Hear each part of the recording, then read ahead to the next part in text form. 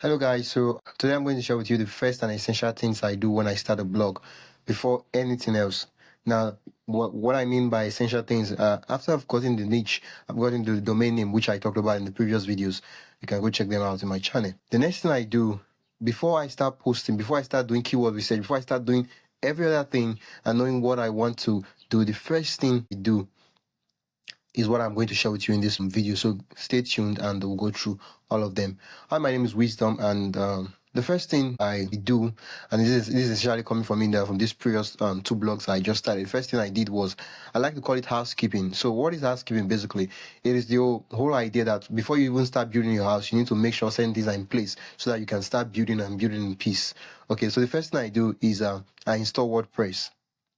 Now, I bought the domain, I bought hosting, I install WordPress. Now, WordPress is the CMS, the content management system I use. Now, when I mean WordPress, I mean WordPress.org, not WordPress.com. If you want me to make a video on the difference, I can gladly make a video on that, but I don't want to go off topic. So when I start a blog, first thing I do is I install WordPress, because WordPress is what I use to blog as a blogger who doesn't know how to code. That's what I use to write my blog posts and everything. Now, if you're doing other platforms too, probably your Webflow or all those things that you're really good at, that's what you could probably use. But as a beginner, I would advise you to use WordPress, because that's what I've been using so far, and I've not really had issues with it. And even when it seemed like I had issues, they were always solvable. Yeah. So first I install WordPress, and it's really easy to install. You just go to your hosting company, cPanel, and you see WordPress, and you can install it on the domain, and basically that's it. And once you install WordPress, you get in your login details, and that way you can log into your account directly from WordPress without having to go through your hosting company.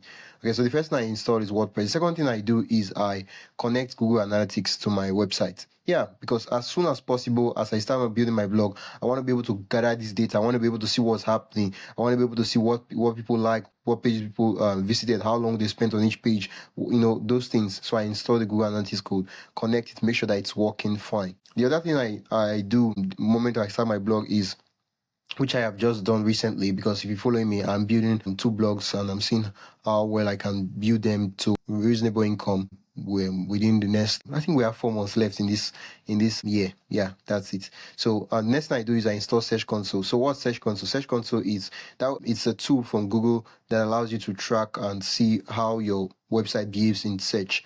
So yeah, so I install Search Console. I see what are the keywords my website is ranking for, what are the things that people are searching for to find my websites, how are they clicking, where am I ranking on Google. You want to connect that as soon as possible so that you can easily focus on blogging and writing blog posts, and you have data. Because the sweet thing, the peculiar thing about digital marketing is that we have data that the normal traditional market doesn't necessarily have.